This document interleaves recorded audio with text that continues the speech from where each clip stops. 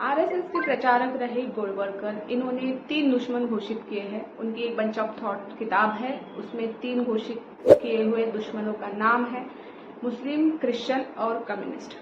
बहुत सारे लोग ये सोचते हैं कि कम्युनिस्ट शायद उनको बोला गया होगा जो लोग धर्मांतर कर चुके हैं, हिंदू धर्म से दूसरे धर्म में जा चुके हैं, उनको शायद कम्युनिस्ट बोला गया होगा, पर ऐसा नहीं है। कम्युनिस्ट ये एक ऐसी सोच है, किसी भी धर्म या जाति में आ सकती है, उनको बोला जाता है कम्युनिस्ट। तो ये कम्युनिस्ट की सोच ऐसी है कि ये पूंजीवाद का विरोध करते हैं। ये चाहते हैं कि गरीब और अमीर में कोई भी अंतर ना रहे।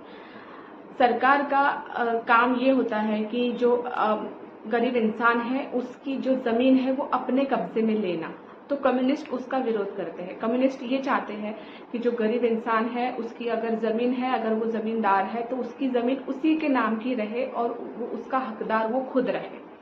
और चाहे ये गरीब हो चाहे वो अमीर हो, हर एक इंसान को अपना अपना अधिकार होना चाहिए, चाहे वो जिस भी फील्ड में जाना चाहे या जो कुछ भी काम करना चाहे। तो इसका समर्थन करने वाले लोगों को कम्युनिस्ट बोला जाता है।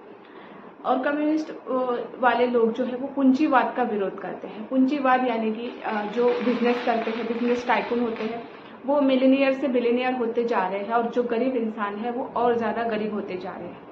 और गरीब को कोई भी ऐसा सोर्स नहीं मिल रहा कि जिससे वो अमीर बन सके या फिर वो आगे बढ़ सके। तो उसका समर्थन करने वाले लोगों को कम्युनिस्ट बोला जाता है।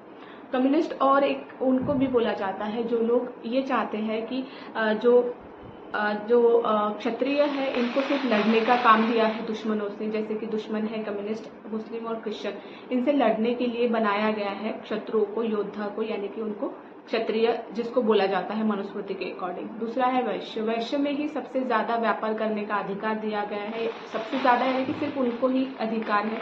आज तक जितने भी व्यापार सभी वैश्य समुदाय के बाहर के लोगों ने किया होगा वो संविधान के अकॉर्डिंग किया है, लेकिन मनुस्मृति के अकॉर्डिंग सिर्फ वैश्य समुदाय में आने वाले लोगों को ही व्यापार करने का अधिकार है।